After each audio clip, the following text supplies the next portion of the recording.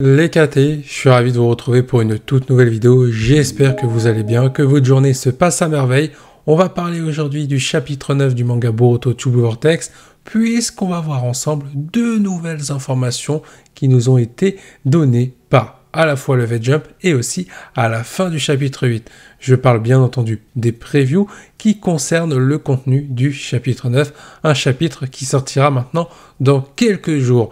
Et si vous souhaitez encore plus d'informations, que vous n'êtes pas rassasié à la fin de cette vidéo, n'hésitez pas à me rejoindre sur mon serveur Discord, le lien est dans la description.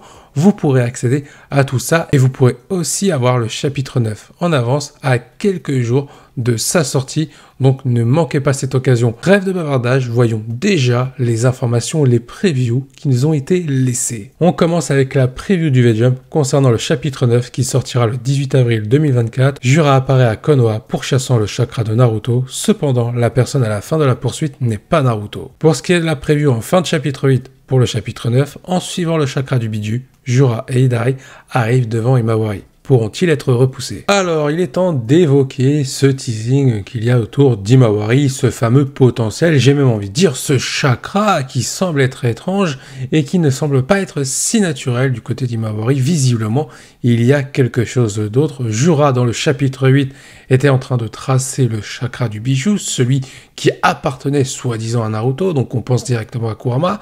Sauf qu'en traçant ce chakra, il ne tombe pas sur Naruto, en même temps ça allait être compliqué puisque Naruto n'est pas à Konoha, il est tombé directement sur Imawari. Et là on l'a vu avec ces deux previews, on nous tease quelque chose de très grand, en plus de la fin du chapitre 8, on nous tease clairement quelque chose du côté d'Imawari. Alors il est vrai que de l'autre côté, Boruto Uzumaki, au niveau de son potentiel, c'est quelque chose de grandiose et on n'a pas encore tout vu, mais du côté de sa sœur, visiblement, on nous réserve pas mal de surprises. Pour rappel, souvenez-vous, on nous avait déjà teasé quelque chose au niveau de la puissance du personnage d'Imawari. Au tout début de l'œuvre, elle avait été capable de one-shotter Naruto ainsi que Kurama, un exploit certes au travers d'une scène comique, mais un exploit à ne pas oublier, ce n'est pas donné à tout le monde de one-shotter Naruto et encore moins un bijou, soit Kurama. En fin de partie 1, nous avions eu aussi Demon qui avait ressenti quelque chose d'extraordinaire au fin fond du corps, au fin fond de l'esprit d'Imawari, ce qui laissait présager une nouvelle fois qu'Imawari était doté d'un véritable potentiel et d'un pouvoir qui semblait ne pas venir de ses origines, quelque chose d'encore plus grand. Alors, est-ce que Naruto a réussi, malgré les prédictions de Momoshiki, est-ce que Naruto a réussi à transmettre son héritage, non pas à Boruto, mais à Imawari? Toutes les questions se posent par rapport au sort de Kurama. Est-il bien mort? Et si c'est le cas, a-t-il ressuscité dans le corps d'Imawari? Ou alors est-ce que c'est quelque chose d'autre? Forcément, la première hypothèse, celle qui semble être la plus alléchante pour beaucoup de monde, et j'avoue que pour moi ça pourrait être intéressant aussi, mais ça pourrait gâcher la mort de Kurama, bien entendu. Est-ce que Kurama aurait pu ressusciter dans le corps d'Imawari? Ou alors est-ce qu'une partie du chakra aurait pu se retrouver dans le corps d'Imawari? En réalité, c'est deux théories en une seule hypothèse. La première théorie, j'ai envie de dire, c'est que Kurama, lorsqu'il est mort, a rejoint le corps d'Imawari pour ressusciter. Il y a un souci par rapport à cette théorie. Malgré tout, c'est le fait que, je l'ai dit tout à l'heure, il y a quelques secondes, Imawari a été capable de one-shotter Naruto et Kurama. Ça veut dire tout simplement qu'Imawari, son potentiel, cette puissance, ce chakra mystérieux, elle le possédait déjà à l'époque, lorsque Kurama était toujours en vie, et surtout, toujours dans le corps de Naruto. C'est ce qui me laisse dire que ce n'est pas Kurama dans le corps d'Imawari, c'est autre chose.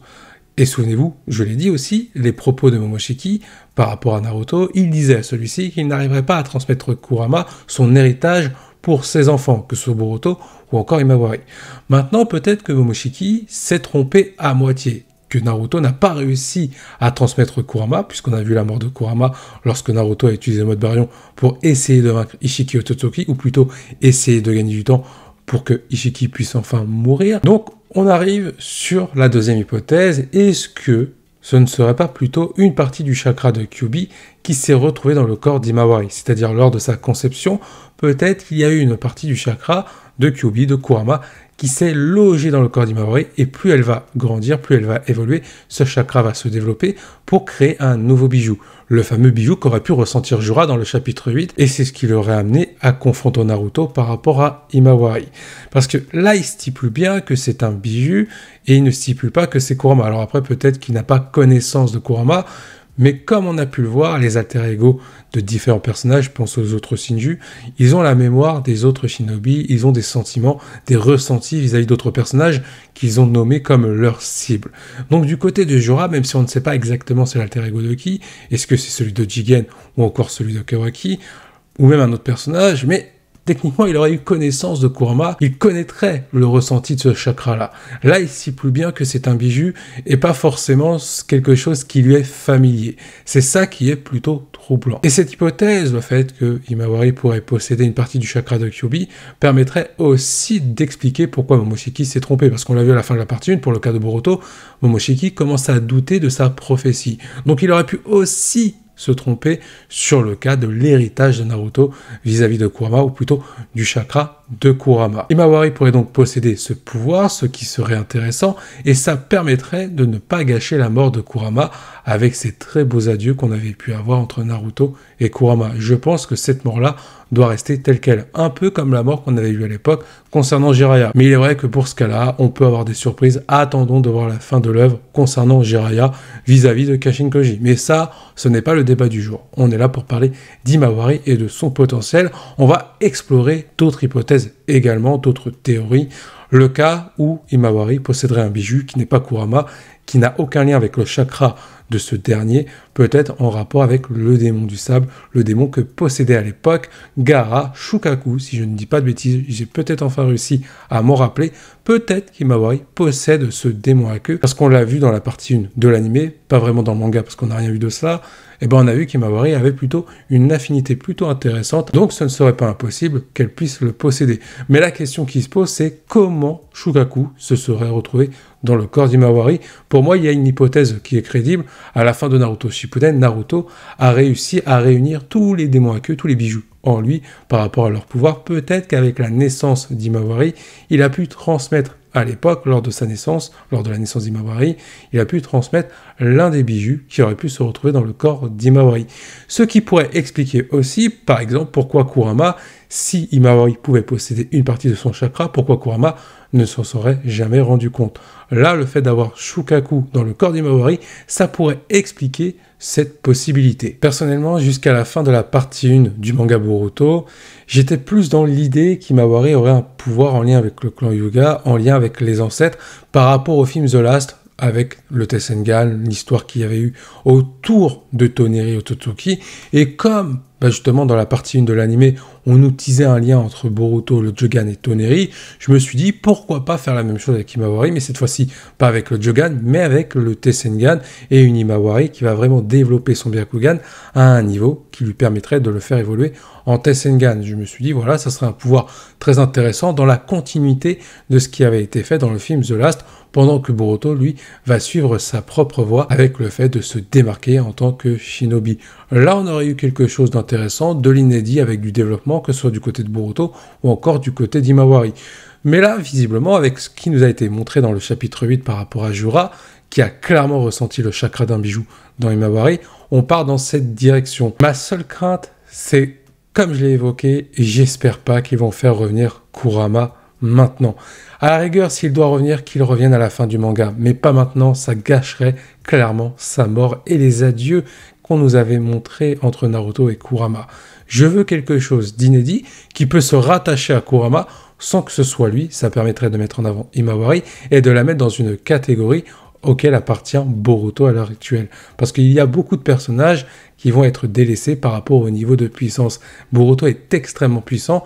J'espère qu'Himawari arrivera à tenir la cadence, tout comme Sarada, Mitsuki, bien entendu Kawaki, mais il ne faut pas en douter de ça. Mais voilà, j'espère que ces personnages-là vont réussir à avoir un rôle et du développement très intéressant. J'espère que ça ne va pas uniquement se concentrer sur Boruto et deux personnages à côté avec les antagonistes. Il faut développer un petit peu plus de personnages. Même si je pense que l'anime fera un travail bien plus important sur le développement des personnages secondaires. Je vais quand même parler du combat qui semble se profiler, puisque l'une des previews nous tease. Est-ce que les shinobi vont réussir à repousser Jura et Hidari? On l'a vu dans le chapitre 8, ce sera pas Kawaki, visiblement il est en train de faire un nouveau petit dodo. On est du coup sur une opposition entre Himawari et Jura, avec Hidari aux côtés de Jura, Est-ce que Himawari va être capable de repousser Jura là où Kawaki a échoué? Et l'autre question, est-ce que Boruto va intervenir pour protéger le village, mais avant tout protéger sa sœur Himawari, ainsi que Sarada qui risque d'arriver sur les lieux pour faire face à Hidari, l'alter ego de Sasuke. Il va y avoir plein de combats en perspective, de l'émotion, du développement, ça risque d'être très intéressant. Mais revenons sur le cas du combat entre Jura et Himawari. Est-ce que celle-ci va être capable de battre Jura? Mon avis est que non, mais par contre, je pense que le combat entre Jura et Himawari n'arrivera pas à son terme. Ce combat va servir à mettre en avant le potentiel d'Himawari et nous donner des réponses surtout sur ce fameux chakra qu'a ressenti Jura à l'intérieur d'Himawari. Je pense qu'Himawari va s'illustrer face à Jura.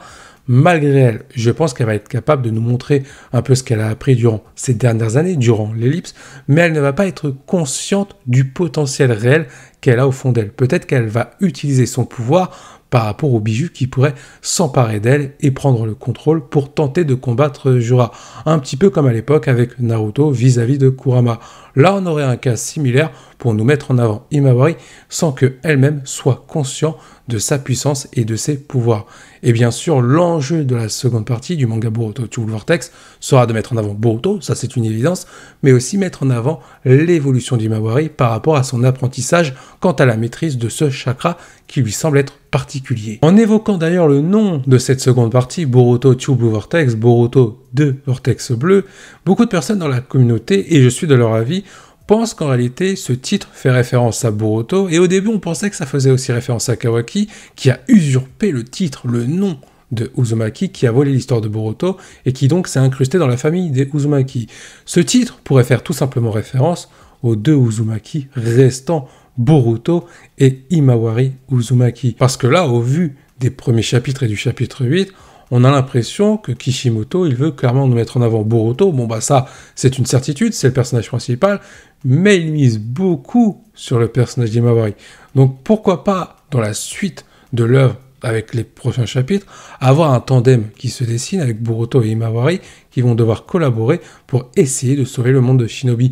Ce serait très intéressant de voir ce duo-là à l'action. Et ce serait un duo plutôt improbable par rapport à ce qui nous avait été prédit dans la partie 1. Au-delà du fait que Himawari, par rapport à sa puissance, on avait eu un teasing sur elle. Mais on ne s'attendait pas vraiment à ce qu'il y ait un duo Boruto-Himawari qui pourrait se dessiner. On pensait plus à un Boruto Kawaki, à un Boruto Sarada. Mais un Boruto Himawari, ça peut être très intéressant à développer, surtout par rapport au sort du monde Shinobi et par rapport au sort de la famille Uzumaki, car Naruto et Hinata ont été emprisonnés par rapport à Kawaki.